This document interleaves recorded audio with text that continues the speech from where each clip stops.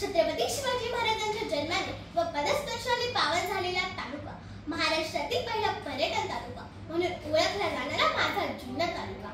जुन्नरला आणखी एक नवी ओळख मिळाली, ती म्हणजे मागील 25 वर्षांपासून इथे सुरू असलेला मानवविभेद संघर्ष। इथल्या बिबट्यांमुळे जुन्नर तालुक्याला बिबट्यांचा जुन्नर तालुका अशी आगळीवेगळीच ओळख मिळाली आहे। हीच ती पावन भूमी, लेते माय मराठी मूळ, हीच ती वीर भूमी, जोजविला हिंदवी स्वराज्याचा कूळ, जोजविला हिंदवी स्वराज्याचा कूळ। पोलादी कोकणकडे दक्ष उभे सभवती, कुकटीच्या अमृतावर पिकवतो आम्ही सुंदरी मोती, आम्ही सुंदरी मोती। सुमारे 2200 ते 2400 वर्षांपूर्वीपासून जुन्नरला ऐतिहासिक वारसा लाभलेला आहे। जगातील पहिली महिला शासिका तसेच सम्राज्ञी नागरिका हिने नाणेघाटाची निर्मिती करून रक्षकगड म्हणून इतर सर्व किल्ल्यांची निर्मिती केली आहे। महाराष्ट्रात 2500 प्रकारच्या फुले येणाऱ्या वनस्पती आहेत, तर फक्त एकट्या जुन्नर तालुक्यात 1500 प्रकारच्या फुले येणाऱ्या वनस्पती आहेत। इथल्या सह्याद्रीच्या रांगांमध्ये आणि मीना, कुकडी व पुष्पावतींच्या खोऱ्यांमध्ये वसलेला जुन्नर तालुका पर्यटनाच्या दृष्टीने नंदनवन म्हणावा लागेल।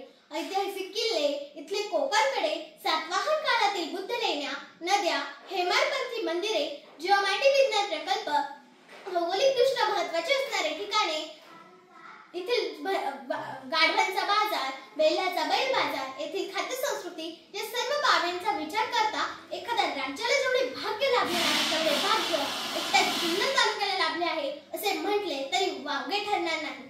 जुन्नरचे पूर्वीचे नाव जीर्णनगर, चुन्नीनगर व जुनेनगर व नंतर जुन्नर अशी जुन्नरची नावे बदलत गेली। ओझर, लेण्याद्री या अष्टविनायक मंदिरांप्रमाणेच काही पौराणिक हेमाडपंथी मंदिरे देखील आहेत। त्यामध्ये मीना नदीच्या उगमापाशी पारुंडे येथे, कुकडी नदीच्या उगमापाशी कुकडेश्वर व पुष्पावती नदीच्या उगमापाशी खिरेश्वर येथे नागेश्वर मंदिर आहे। दुर्ग आणि किल्ल्यांच्या बाबतीतही जुन्नर तालुक्याचा परिसर म्हणजे दुर्गवेड्यांची पंढरीच आहे। छत्रपती शिवरायांचे जन्मस्थान शिवनेरी, चावण, जीवदर, हडसर, निमगिरी, सिंदोळा, नारायणगड, हरिश्चंद्रगड हे सर्व गड तर सर्वांनाच परिचित आहेत।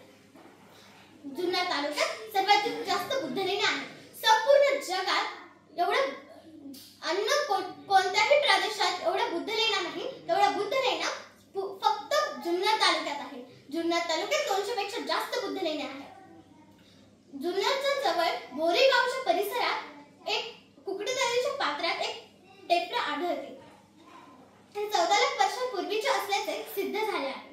कल्याणनगर रस्त्यावर आणेघाटात गुळुंजवाडी येथे एक ओढा वाहतो। या ओढ्याच्या पाण्याच्या प्रवाहामुळे तिथे एक नैसर्गिक पूल तयार झाला आहे।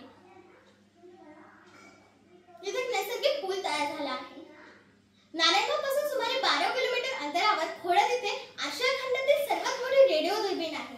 इथे 45 मीटर व्यासाच्या 135 टन वजनाच्या 30 अँटेना बसवले गेले आहेत।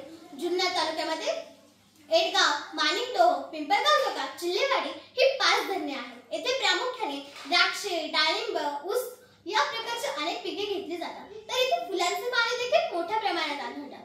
जुन्नर तालुक्यात 250 ते 275 प्रकारचे पक्षी, 15 ते 20 प्रकारचे साप, अनेक सरपटणारे प्राणी आहेत।